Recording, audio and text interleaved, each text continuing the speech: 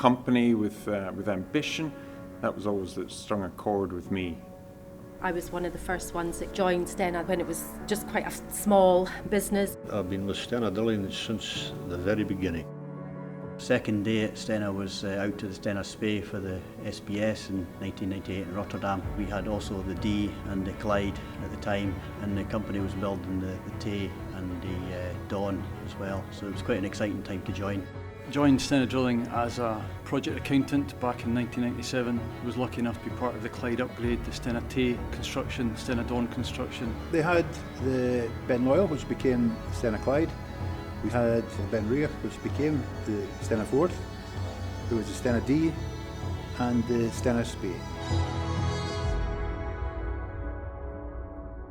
Stena Spey was built in Korea, early 80s, and had a very, very successful track record since its introduction to the North Sea. Some of the first projects I was involved in was Stena Tay, its first SPS, 2004 Palermo. Then I was off to Singapore working Stena Clyde SPS.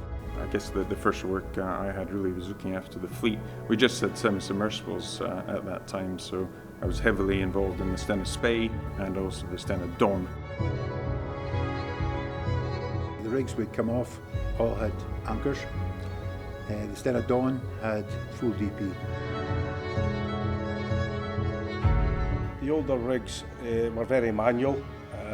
Apart from the Stena D, they had gantry cranes, which was easy to operate. They had elevated catwalks, and catwalks that moved and took the pipe to and from the drill floor, which was a lot safer.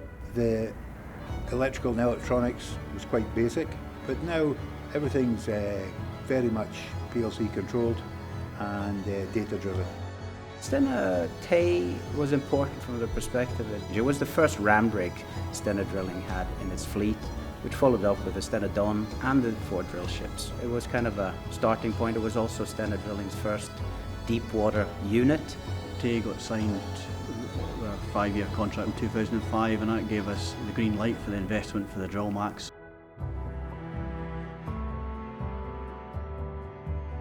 It was exciting. We sat round the table and started looking at the good and the bad from the semi-submersibles that we had at the time and bringing the good into that drill ship. That was, beauty of Stena Drilling. The people were fantastic. The massive change for me was the complexity in the unit, starting with the Drill Max. That took it to a new level altogether. They were more or less fully automated with very little hands-on. Far better laid out, stability was a lot better as well. And of course, the amount of people we needed to hire to get the ship out, and then followed by that, the Cairn, the Forth, the IceMax. So the company really just grew incredibly at that stage.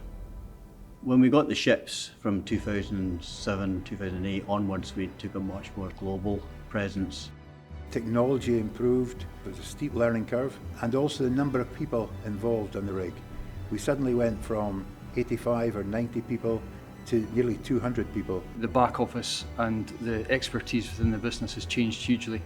We've got talents here we never had before, we've got skills here we never had before, and that's one of the great things about Stena Drilling, is that it's really moved with the times. When I think back, when I first started, we were handwriting the checks, but obviously everything's a lot more automated now.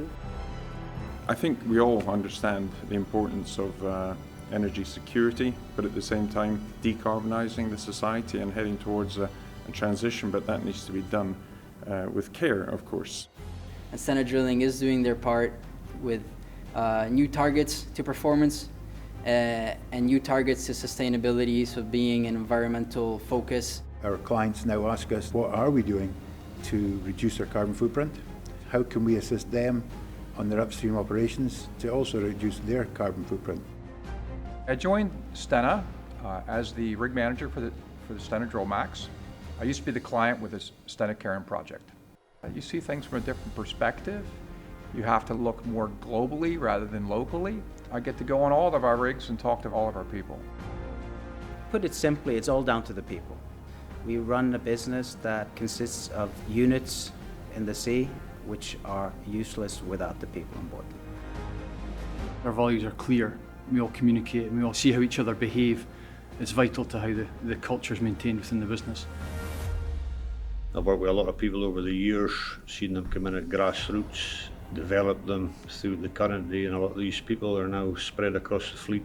Stena has given me many opportunities, has supported me throughout my development, and given me the exposure to work with exceptional people.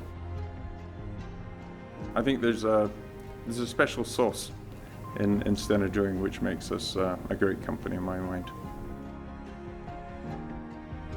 20 years in Stena is a big thing. In this day and age, it's a very important thing to me. It's the memories of working with the guys. It was actually a pleasure going to work. It is my second family. I can't imagine working anywhere else. We've been groundbreaking in many of the things we've done and we've built, and we've got a great pride in doing things better all the time. So every time we build a rig, it's better than the last one.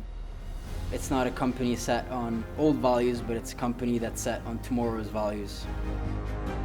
The Stena Evolution, we're bringing, a new drill ship design into the fleet, but really I see it as a continuation, and hopefully it can go on to have the same successes. It's the company evolving, it's the latest technology. It means so many things to us. It's giving us the ability to move on, create that excitement within the organization.